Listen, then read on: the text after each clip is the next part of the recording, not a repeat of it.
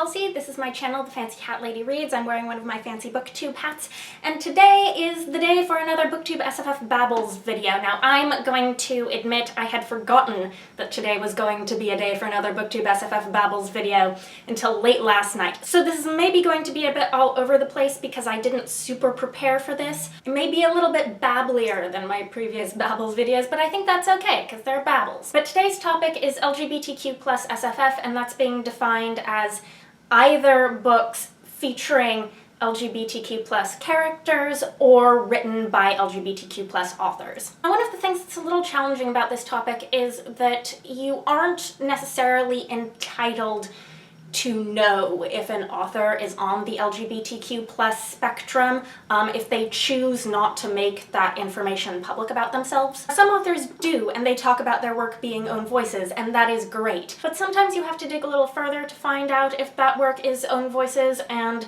sometimes the information just isn't there and it's not necessarily appropriate to ask. So most of the books I think I'm going to be talking about in this video I'm going to be recommending based on content. If I know that they're own voices, I will say so. But then there are also going to be a couple books I'll bring up that are going to be in this video because of the author's identity. So I'm going to start off with a book that I read earlier this month, and that is Amberlough by Lara, Elena, Donnelly. It was a library copy and I've already given it back to the library. This is fantasy in that it takes place in a fictional world, but there is no magic. This was an early 2017 release, and it is about the rise of a totalitarian regime, much like the Nazis. It's being billed as kind of like the musical Cabaret, but a spy thriller. I think that's accurate. Think of it as what if Cliff in Cabaret were a spy instead of a tourist, and in a relationship with the MC instead of with Sally Bowles. So it centers around two gay characters in a really fraught sexual relationship. It's a sometimes brutally raunchy book, but with good reason. Along with racial and religious persecution, it deals with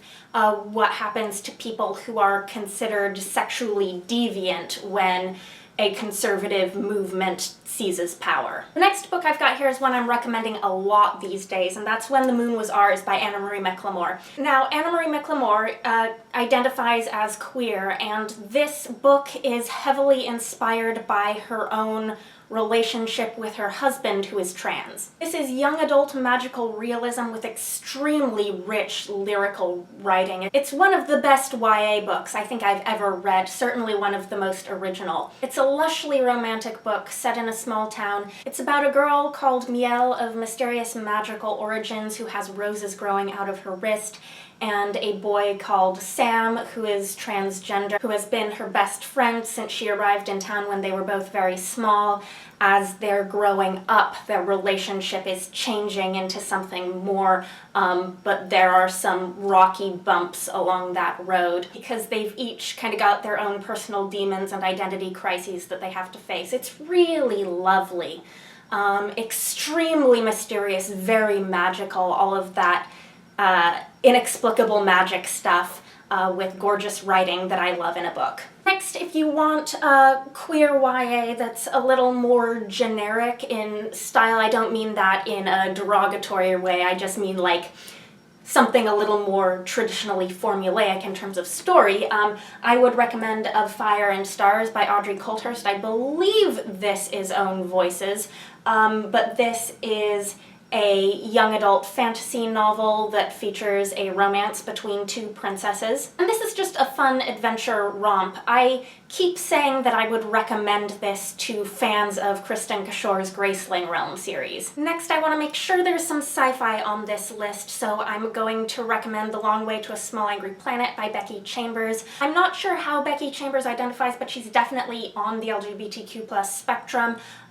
This book features a society that is a multi-species society in which humans are sort of a minor species, and there are it explores a lot of different ways that relationships can form between people. There is a female-female relationship in this. There are relationships that are interspecies relationships. There's a relationship that involves an AI who doesn't have a body, so there are some really interesting discussions of body image issues. There are alien species who form families in really different ways from how humans traditionally do it. So this had to be on my list. I'm also going to mention that right now I have out from the library A Closed and Common Orbit. This was finally released in print in the US a little while ago, and my library was a bit delayed in getting their copies, but it's here. This is the sequel slash companion novel. I don't know what sort of representation, if any, is in this.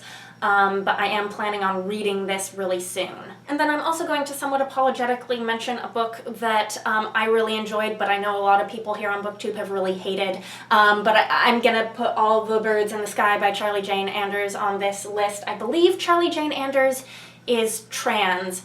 She's definitely on the LGBTQ plus spectrum. There isn't necessarily a ton of LGBTQ plus representation in this book though. But I feel obliged to like occasionally poke my head up on BookTube and say, hey, I actually really liked this one. It was weird, but I like weird. So that was my main list of recommendations.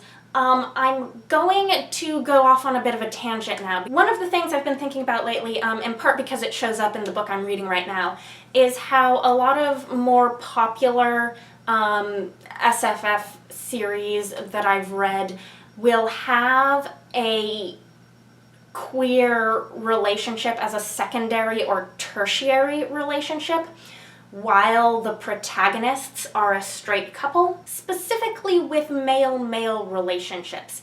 And I'm saying this just because I've seen it enough times that it feels like a trend. So like you see this in the Shades of Magic series by V.E. Schwab. You also see it in The Darkest Part of the Forest by Holly Black. The protagonist in this book has a brother who is gay and has a romantic storyline. And I'm noticing it right now in the Six of Crows duology because I'm currently reading Crooked Kingdom.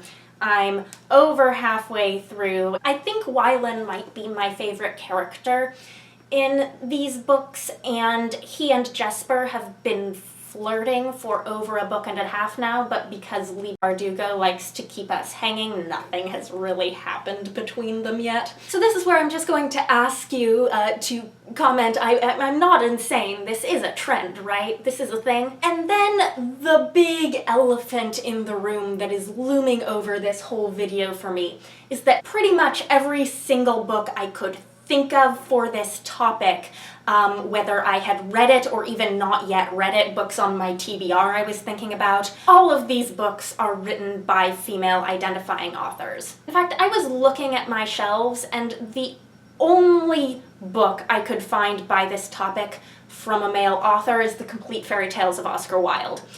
And Oscar Wilde is no longer alive. He died a long time ago. So I know I'm putting this video together last minute, late in the day, and so I know that a bunch of people have already posted their recommendation videos for this topic, and I haven't watched them yet, but when I do, I'll be interested to see what the proportion of male versus female authors are for this topic from other people's videos.